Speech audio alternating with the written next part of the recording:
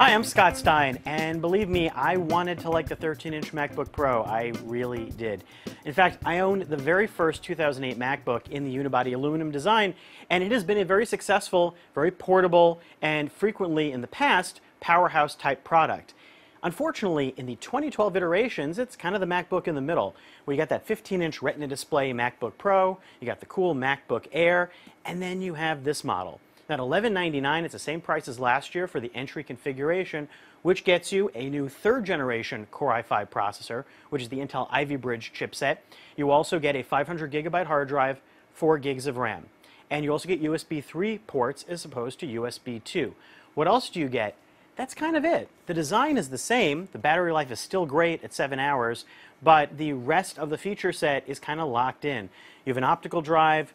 Who is this for? If it's for a pro user, well, the problem is that this 13-inch screen still has a 1280 by 800 display. That's kind of like a 1366 by 768 if it were a 16 by 9 screen.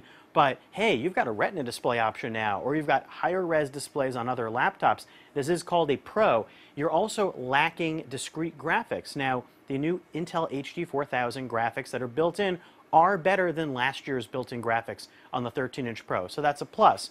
But you're not getting anything more powerful than that, and you don't have any sort of quad-core upgrade option. Basically, anything that would scream super-powered Pro is not in this model. Now, with the $1499 version, you can bump up to a slightly larger hard drive, more RAM, and a dual-core Core i7 processor, but the upgrade options after that are pretty limited. And for the same price, $1199, you can now get a 13-inch MacBook Air. Sure, that's got a lower capacity SSD drive. Sure, that doesn't have optical.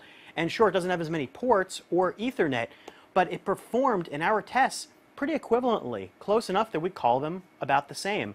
And maybe you chalk that up to a faster SSD on the MacBook Air, but the bottom line is the experience is pretty similar and the battery life is better on the 13-inch Air.